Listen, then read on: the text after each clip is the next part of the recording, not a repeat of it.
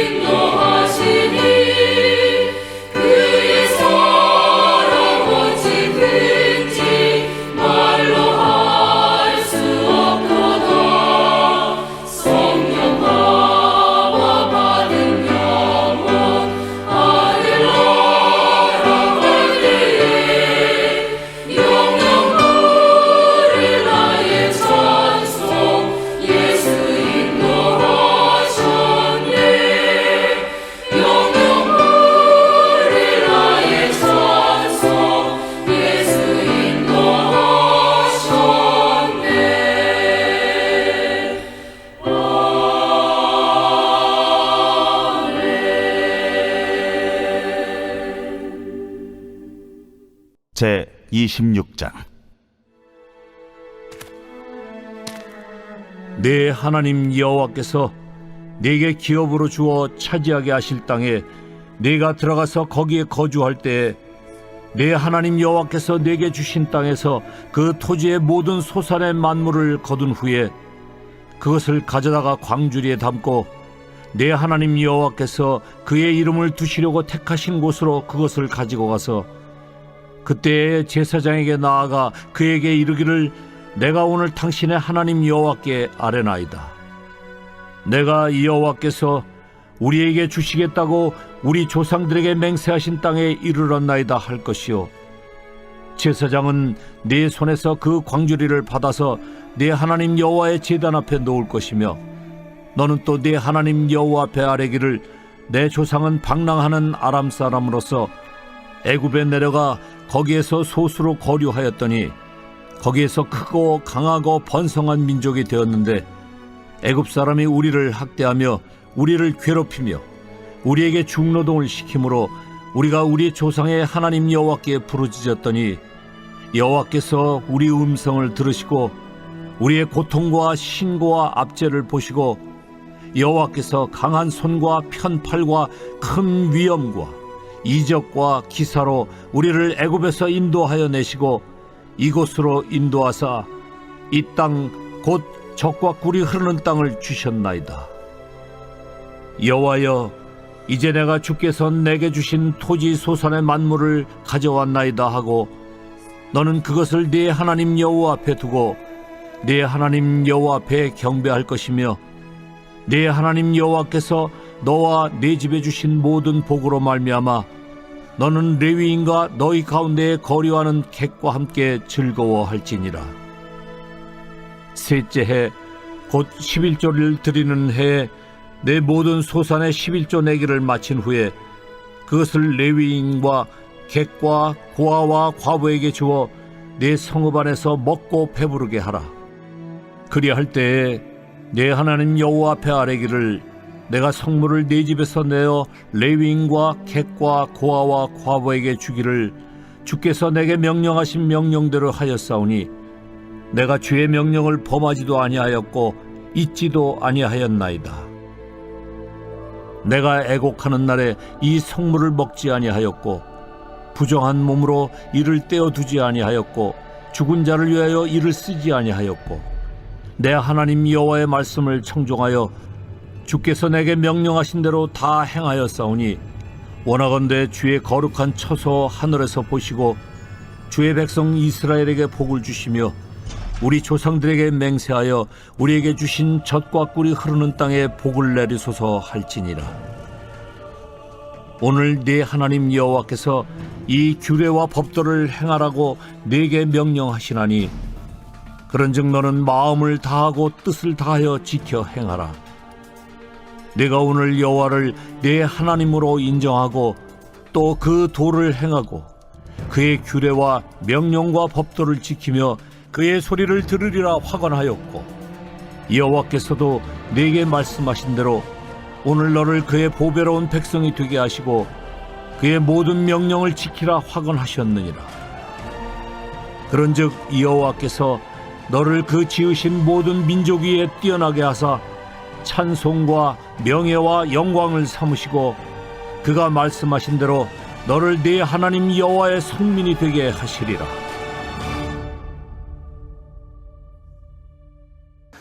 오늘 함께 살펴볼 말씀은 신명기 26장입니다. 2차 설교의 마지막 결론부인데요. 26장은 크게 두 부분으로 나눌 수가 있습니다. 먼저 1절부터 11절까지의 단락에서는 이스라엘이 가나안 땅에 들어가서 정착한 뒤에 첫 수확을 얻게 되면 이것을 제물로 삼아 하나님 앞에 제사를 드릴 것과 또한 그때 드릴 신앙의 고백들을 규정하고 있습니다. 자, 그리고 이어지는 12절부터 15절까지에서의 단락에서는 소위 제2의 11조라고 할 수가 있죠. 제3년이 되면 자기 주변의 가난한 이웃을 구제할 것이고 또한 그때 드릴 신앙의 고백도 규정하고 있습니다. 사실 신명기의 모든 내용들이 다 그러하듯이 이러한 규정들도 이 부분에서 처음 다루는 내용과 주제가 아니었습니다. 그러다 이러한 규정들이 2차 설교의 마지막 결론 부분에 다시 재차 언급된 데에는 분명한 목적이 있었습니다. 한마디로 이스라엘 백성들은 하나님의 은혜를 잊어서는 안 되었고 하나님의 말씀을 순종해야 될 의무가 그들에게 있었는데 이러할 때 이스라엘 백성들은 계속적인 축복을 얻을 수 있다는 것을 2차 설교의 결론부에서 모세는 재차 강조했던 것입니다. 먼저 전반부인 1절과 2절을 보면 장차 백성들이 가나안 땅에 들어가서 첫 열매를 거두게 되면 그것을 하나님께 봉헌할 것을 명령합니다. 그리고 하나님께 드려야 될 신앙 고백이 무엇인가도 모세가 하나하나 알려주고 있는데요. 첫 번째 신앙 고백은 감사에 대한 신앙 고백이었습니다. 자, 3절을 보면 첫 소산물을 하나님께 바칠 때 내가 오늘 당신의 하나님 여호와께 아뢰나이다. 내가 여호와께서 우리에게 주시겠다고 우리 조상들에게 맹세하신 땅에 이르렀나이다. 이라는 신앙 고백을 할 것을 가르쳐 주었습니다. 이러한 신앙의 고백은 결국 가나안 땅을 기업으로 주시겠다라고 약속하신 하나님의 언약의 성취에 대한 감사의 고백이었습니다. 9절에서도 동일한 고백이 나타나고 있죠. 이곳으로 인도하사 이 땅 곧 젖과 꿀이 흐르는 땅을 주셨나이다. 자, 이처럼 첫 번째 신앙 고백은 하나님이 행하신 일에 대한 감사의 고백이었습니다. 자, 이어지는 두 번째 신앙 고백은요, 송축과 찬양에 대한 신앙 고백입니다. 4절과 5절을 보면 소수민족이었던 자신들을 크고 강하고 번성한 민족이 되게 하신 것에 대한 송축의 명령입니다. 야곱이 애굽으로 이끌고 간 그의 식구들의 숫자는 약 70명 정도였습니다. 하지만 출애굽 당시 이스라엘 백성들의 숫자는요, 장정만 60만 명이었고 전체 인구를 다 합치면 200만에 달하는 거대한 무리였습니다. 결국 이것은 하나님이 아브라함에게 약속하셨던 약속, 언약의 성취였다고 평가해 볼 수가 있죠. 많은 성경학자들은 70명에 불과했던 사람들이 200만이 넘는 거대한 민족으로 불어난 것에 대해서 이것은 인구의 자연 증가로는 도무지 설명할 수 없다라고 이야기를 합니다. 더군다나 이스라엘 백성들의 이 번성과 이 강성함을 시기했던 애굽 사람들의 시기와 그들의 적극적인 박해가 있었던 점을 감안해 본다면요, 이것은 특별한 하나님의 은혜가 아닐 수가 없는 것이죠. 그러므로 이스라엘 백성들은 이러한 변화를 생각할 때마다 그 은혜에 도무지 감격하지 않을 수가 없었던 겁니다. 그래서 첫 소산물을 여호와의 제단 앞에 내려놓고 그 하나님의 행하신 일을 송축해야 했습니다. 또한 6절부터 8절까지에서는 하나님의 놀라운 섭리에 대해서도 언급을 합니다. 이스라엘은 과거 애굽의 압제 아래에서 고통당하며 비참한 생활을 해왔는데, 모세는 그렇게 힘들었던 지난날의 시간들을 회고합니다. 거기는 분명한 목적이 있었는데 백성들로 하여금 하나님의 은혜에 대해서 늘 감사하도록 하기 위한 목적 때문이었습니다. 그렇게 힘들고 고통스러운 그런 시간들이었지만, 그러나 하나님의 크신 능력과 권능으로 자신들을 구원해 주셨다라는 거죠. 당시 세계 최강국이었던 이 애굽, 그의 압제에서 벗어나 독립한다는 것은요, 상식적으로는 이해할 수가 없는 거의 불가능에 가까운 일이었습니다. 하지만 그 애굽에서 인도하여 내신 하나님의 놀라운 섭리를 모세는 강조했습니다. 앞서 이스라엘이 큰 민족으로 변화된 것에 대해 하나님을 송축해야 했던 것처럼 놀라운 능력과 권능으로 이스라엘 백성들을 인도해 주신 그 하나님 앞에 그렇게 이스라엘 백성들은 첫 소산물을 내려놓고 하나님을 찬양해야 했습니다. 마지막 10절과 11절은요, 이 토지와 모든 소산이 결국 하나님의 것이라는 고백입니다. 11절을 보면 내 하나님 여호와께서 너와 내 집에 주신 모든 복으로 말미암아 라고 말씀하는데, 결국 이스라엘이 거하는 토지와 그 땅의 모든 소산이 하나님의 것이고, 가나안 땅에 거주할 때 이스라엘 백성들은 언제나 그 사실을 잊지 말아야 했던 것입니다. 이처럼 첫 소산을 하나님 앞에 올려드릴 때 그것을 내어드리는 그 행위도 중요하지만, 이처럼 그보다 더 중요한 것이죠. 하나님에 대한 감사와 이 찬양이 담긴 신앙 고백이 더욱더 중요했던 것입니다. 한편 매년 11조와 첫 소산물을 드릴 때에는 제사장의 몫을 제외한 후에 따로 더 준비하여 축제를 벌이곤 했는데, 이때 반드시 기억해야 될 것이 있었습니다. 레위인과 객과 고아와 과부를 위로해야 했다는 것이죠. 11절입니다. 너는 레위인과 너희 가운데 거류하는 객과 함께 즐거워할지니라. 이것은 결국 공동체의 하나됨, 공동체의 결속을 위한 규정이었습니다. 하나의 공동체 안에 결코 소외받는 자들이 없도록 하는 것, 즉 많이 가진 자나 적게 가진 자 모두가 다 같이 하나님 앞에서 한 형제요 또한 자매로서 즐거워하며 함께 하나님이 주신 복을 기뻐할 수 있어야 한다는 것을 가르쳐주고 있는 것입니다. 결국 이 첫 열매에 따른 그의 신앙의 고백을 통해서 오늘 이 새벽 우리가 얻을 수 있는 두 가지 교훈이 있습니다. 첫 번째 교훈은 먼저 행위만으로는 하나님을 기쁘시게 할 수가 없다는 것이죠. 하나님께 첫 소산을 드리거나 감사의 제물과 예배를 올려드릴 때 드리고 올려드리는 행위보다 더 중요한 것, 더 전제가 되어야 되는 것은 바로 하나님께 대한 마음의 감사와 또 마음의 신앙의 고백입니다. 오늘 본문에도 보면 모세도 이스라엘 백성들을 향해 단순히 하나님께 첫 소산을 드려야 된다라는 것, 그 행위만을 강조한 것이 아니라 왜 하나님께 그래야 되는가? 왜 하나님께 내가 가진 모든 것들을 구별하여 그 중에 가장 귀한 것으로 하나님 앞에 올려드려야 되는지 충분한 이유를 열거하지 않았습니까?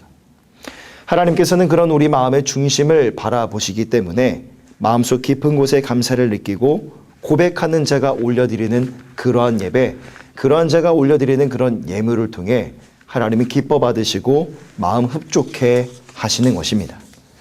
오늘 여러분들이 주님 앞에 올려드리는 예배가 또 하나님께 드리는 우리의 모든 예물들이 그런 감사의 예배와 감사의 예물이 되었으면 좋겠습니다.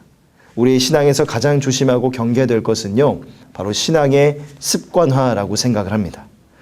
내가 하나님 앞에 올려드리는 예배가 과연 관성에 따라서 습관적으로 드리고 있는 예배인가? 또한 하나님께 올려드리는 예물이 단순히 예전에 내가 그래 왔으니까 그냥 그런 관성과 전통에 따라 그냥 그렇게 올려드리는 예물인가? 그렇지 않은가? 여러분들의 마음의 중심을 겸손히 살피시는 이 새벽의 시간이 되시기를 바랍니다.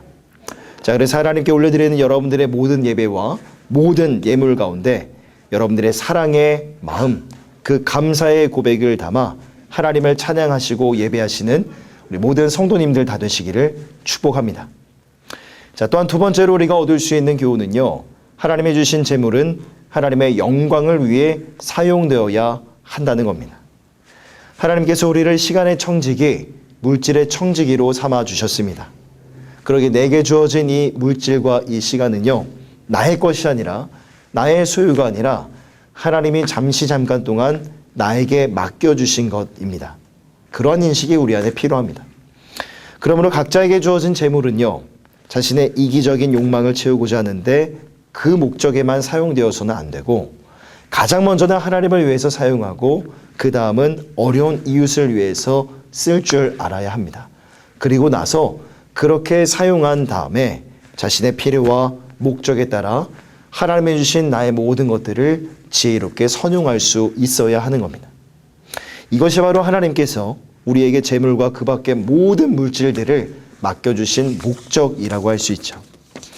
오늘 본문 12절부터 15절까지의 내용도 이웃사랑과 관계된 내용이라고 할 수 있습니다. 자, 전반부의 내용이 첫 소산을 하나님 앞에 올려드리는 것이었다면, 자, 12절부터 15절까지의 말씀은 11조를 가지고 이웃을 사랑하는 것, 구제의 용도로 사용할 것에 대한 규례를 가르쳐주고 있습니다. 자, 구약시대 11조에는 두 가지 종류의 11조가 있었습니다. 첫 번째 11조는 하나님께 드리는 11조였습니다. 이것은 레위인과 제사장들의 생계를 유지하는 데 사용이 되었었는데, 이스라엘 백성들이 그들의 소득 중 10분의 1을 기업이 없는 레위인들에게 떼어주었고, 이때 레위인은 다시 그 11조의 11조를 제사장에게 바쳤습니다. 그것으로 생활을 했던 것이죠. 자, 그런데 제2의 11조가 있는데, 이것은 백성들이 하나님께 11조를 바친 뒤 남은 나머지 소산에서 다시 10분의 1을 바치는 것을 제2의 11조라고 불렀습니다. 이 제2의 11조를 어떻게 사용했는가? 성전 내의 각종 행사를 진행하거나 성전 기구들의 수리 및 보수가 필요할 때 이 따로 구별해 놓았던 제2의 11조를 사용했다고 합니다. 자, 그런데 오늘 신명기 26장에서 말하는 11조는요, 제3의 11조를 뜻합니다. 11절입니다. 내 하나님 여호와께서 너와 내 집에 주신 모든 복으로 말미암아 너는 레위인과 너희 가운데 거류하는 객과 함께 즐거워할지니라 라고 말씀합니다. 앞서 말씀드렸던 제2의 11조 가운데 안식년을 기준으로 제3년과 제6년째가 되게 되면 그때 11조는 이 가난한 자와 불쌍한 자들을 돕는 데 사용하라는 것이었습니다. 이것이 바로 오늘 본문에서 말하는 제3의 11조입니다. 보통 이것은 성읍의 창고에 저축을 해두었다가 성 안에 있는 레위인과 객과 고아와 과부들의 몫으로 나눠주었기 때문에 이 제3의 11조는 이른바 구제용 11조라고도 불렸습니다. 이처럼 하나님 앞에 올려드린 이 11조는 그 용도에 따라 매우 엄격하게 구분이 되었습니다. 특별히 13절과 14절을 보면 백성들이 11조를 드리고 하나님 앞에 그렇게 행했음을 고백하도록 명령한 내용인데, 이러한 지침 역시 11조를 반드시 하나님께서 정하신 용도에 맞게 사용해야 되고, 그러한 질서는 절대로 바뀌어서는 안 된다는 것을 강조하고 가르쳐주고 있는 겁니다. 즉, 아무리 급박하고 예기치 못한 그런 상황이 처한다 할지라도 가난한 사람을 위해서 사용되어야 될 11조가 다른 명목으로 사용되어서는 안 된다는 것을 이 11조의 규례가 우리에게 가르쳐주고 있는 겁니다. 또한 이러한 사실은요, 오늘날 우리 교회 가운데 큰 경고를 가져다 주고 있습니다. 즉, 성도들이 하나님 앞에 봉헌한 귀한 예물과 11조를 성경의 가르침대로 교회는 합당하게 사용하고 있는가, 그렇지 않은가, 우리의 교회는 충분히 깊이 고민해야 하고, 분명한 성경의 가르침이 있기 때문에 그 가르침대로, 그 지침대로 교회는 11조를 성도들의 봉헌한 그 헌금을 바른 명목에 맞게 사용해야 하는 것입니다. 오늘 함께 살펴본 신명기 26장의 말씀을 통해서 성도의 삶에는 크게 두 가지 의무가 주어져 있음을 우리는 알게 되었습니다. 먼저 하나님께 드릴 첫 소산의 예물을 통해서 하나님에 대한 성도의 의무와 사랑이 무엇인가를 살펴보았고요. 또 하나님께 드리는 11조 외에 또 다른 11조의 규례를 통해서 우리에게는 이웃과 성도에 대한 사랑의 의무도 있다는 것을 살펴보았습니다. 결국 하나님을 사랑하는 것, 이웃을 사랑하는 것, 이것이 율법의 근본 정신이었기 때문에 모세는 특별히 이 가치와 정신을 자신의 설교에 담아 설교의 마지막 결론부에 제시했던 것입니다. 주 안에 사랑하는 성도 여러분, 오늘 여러분들이 살아갈 이 하루가 진정으로 하나님을 사랑하고 하나님을 예배하는 그런 하루가 되셨으면 좋겠습니다. 여러분 그 마음으로 하나님께 예배드리시고 그 감사에 있는 그 마음을 가지고 하나님께 예물을 올려드리시는 우리 모든 성도님들 다 되시기를 축복합니다. 또한 여러분들이 지내고 있는 그 재물 가운데 예수님의 마음을 닮은 여러분들의 그 인격을 담아내시기를 바랍니다. 오늘 함께 살펴본 이 11조의 규례가 우리에게 가르쳐주고 있는 것은 이것입니다. 우리의 재물 가운데 반드시 어렵고 소외된 이웃을 향해 나누는 그런 섬김의 비중과 나눔의 몫이 있어야 한다는 것이죠. 오늘 하루 여러분들의 주변을 살피시고 이웃의 형편을 돌아보아 혹여나 어려움 가운데 처해 있는 그런 성도와 이웃들 있다면 여러분들이 지니고 있는 그 작은 물질 가운데 예수님의 그 사랑의 마음과 여러분들의 그 마음의 인격을 담아 그 사랑을 실천해 볼 수 있는 그런 오늘 하루와 한 주의 삶이 되시기를 주님의 이름으로 간절히 부탁드립니다. 기도하겠습니다. 사랑과 은혜가 풍성하신 하나님, 하나님을 사랑하는 것과 이웃을 사랑하는 것이 가장 큰 계명이고 율법의 완성이라고 말씀하셨사오니 하나님 오늘 우리가 살아갈 그 하루가 하나님을 사랑하고 경외하고 예배하는 하루가 되게 하여 주시고 우리의 마음이 하나님을 향하는 그만큼이나 우리의 삶의 자리에서 형제와 자매와 이웃을 이 고아와 과부와 객을 돌보고 사랑하고 섬기는 그런 하루의 삶이 되어지기를 간절히 소망합니다. 하나님 이 새벽에 말씀으로 깨달음 주시고 은혜 주시고 지혜 주시니 감사를 드립니다. 늘 하나님의 말씀 앞에 엎드려 그 말씀에 순종하고 반응하는 우리의 삶이 되어줄 수 있도록 인도해 주시고 그 하나님의 말씀 앞에서 말씀의 은혜로 말미암아 성령 하나님의 인도하심과 통치와 다스림으로 말미암아 오늘 하루 한 주의 삶 예수 그리스도를 더욱더 닮아가는 이 거룩한 은혜의 그 성화의 길을 믿음으로 나아가는 우리 새벽의 모든 성도들 되어줄 수 있도록 함께하여 주시옵소서. 감사드리며 우리 주 예수님의 이름으로 간절히 기도하오며 지금은 우리 주 예수님의 은혜와 하나님의 사랑하심과 성령 하나님의 교통하심의 은혜가 오늘도 은혜를 사모하며 예배 자리 가운데 나온 사랑하는 성도들 머리 위에 은혜가 영원토록 함께 있을지어다. 아멘.